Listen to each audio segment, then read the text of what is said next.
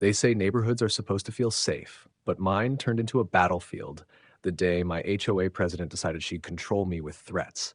What she didn't realize was that sending bikers after me was the biggest mistake of her life. Before we dive in, let me know which country you're watching from today. Let's see how far this story travels. It all started with Marlene Harding, the woman who treats our HOA like her personal empire.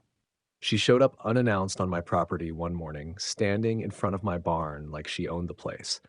Her pastel windbreaker was zipped to the chin, clipboard clutched in her hand, and that little fake smile she always wore plastered across her face. "You know," she said, her tone sugar-coated but sharp underneath, "that barn equipment of yours really drags down the neighborhood aesthetic. Some of us are starting to think you don't respect the community." I didn't even bother moving. "It's a ranch, Marlene. That equipment keeps this land running." Her smile didn't break. "Communities only work when everyone follows the rules. Ignore them long enough, and people might think you don't belong here." That word, belong, wasn't about bylaws. It was about power. At the next HOA meeting, I decided enough was enough. Folding chairs lined up, projector screen glowing with Marlene's bullet points about community harmony. I stood up mid-sentence. "Marlene," I said, holding up the violation notice she'd sent me, "since when does this HOA have a director of security enforcement? Because that's the title right under your signature." The room shifted instantly. Neighbors glanced at each other, confused. I caught whispers in the back. Marlene froze for just a second, then recovered. "It's a necessary position," she said smoothly, "for handling difficult residents." "That's not in the bylaws," I shot back. "And HOA rules don't give you the right to invent new authority." You could have heard a pin drop. Then Marlene slammed her folder closed, her eyes narrowing like a predator sizing up prey. "You'll regret this," she hissed before storming out. And that's when it escalated. The next morning, my mailbox was bent at a precise angle. Not smashed, not vandalized, just bent. A message. Later, I found heavy boot prints cutting across my pasture, and by sundown, someone had nailed a black carved skull charm onto my barn door.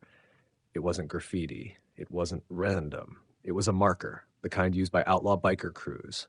At dawn the following day, I heard them before I saw them. 6 motorcycles gliding past my gate in single file, engines rumbling low. No one looked at me. No one waved. They didn't have to. This wasn't intimidation. It was declaration. If you're enjoying this HOA story so far, like and subscribe, because the story is only going to get better. The morning after the bikers circled my property, I walked straight into the HOA meeting. The tension in the room was thick. Neighbors avoided my eyes, whispering under their breath. Marlene sat at the head of the folding table like a queen on her throne, sipping water as if nothing had happened. I didn't wait for her agenda to start.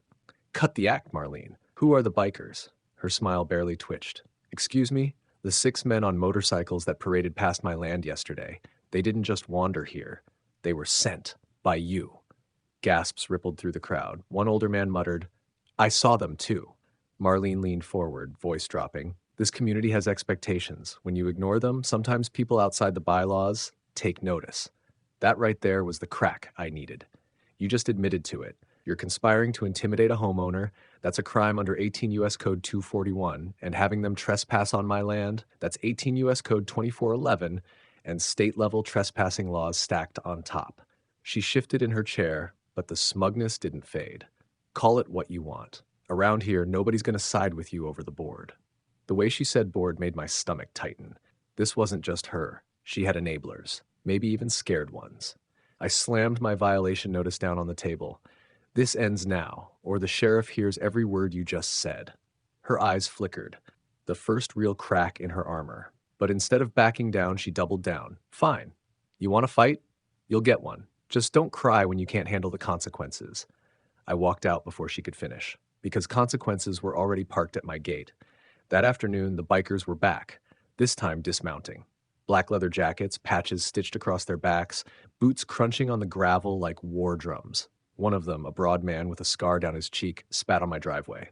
"You Harding?" he growled. "No," I said evenly. "I own this land. You're trespassing." Scarface smirked. "Not for long. HOA says you're done here."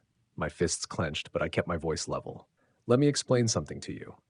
Under Texas Penal Code 30.05, you step 1 foot past that fence line after being told to leave, and you're looking at a criminal trespass charge. And if you're acting on her behalf, that's conspiracy.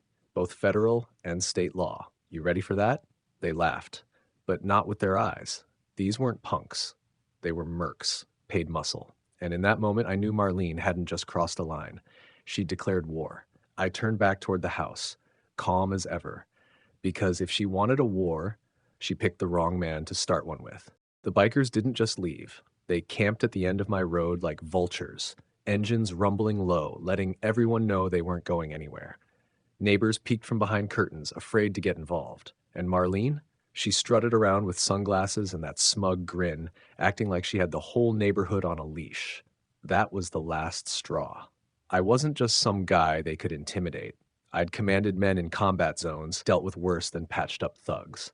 So I made a call. Not to the sheriff, not to the county.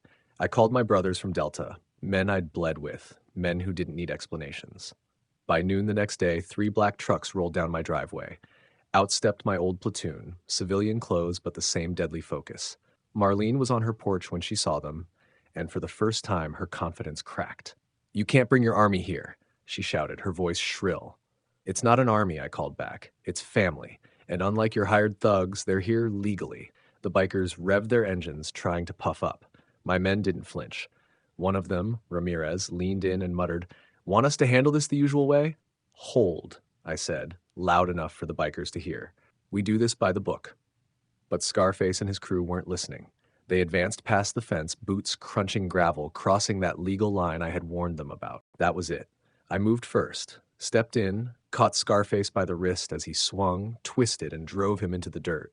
His growl turned into a grunt as I locked him down. Another rushed me, but a knee to the gut folded him, and I sent him sprawling with a hip throw.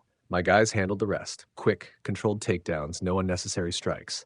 It was efficient, military, and over in under a minute. When the sheriff finally rolled up, lights flashing, the bikers were on their knees, groaning in cuffs. My men stood back, calm and collected. The deputies separated them, and sure enough, they cracked. Karen promised we wouldn't get caught, one whined. Another cursed her name, blaming her for everything. It was all recorded, clean as evidence gets. Karen, Marlene, was dragged out of the HOA office hours later. Her charges? Criminal conspiracy, solicitation of assault, misuse of HOA funds, and harassment. The board voted her out unanimously, and she was barred from holding any position of authority in the community again. As for the bikers, felony assault and trespassing. Last I heard, they took plea deals. Neighbors who'd been silent finally came to my porch, shaking my hand, thanking me for standing up when they couldn't. I didn't rub it in. I just told them the truth. Bullies only win when good people stay quiet.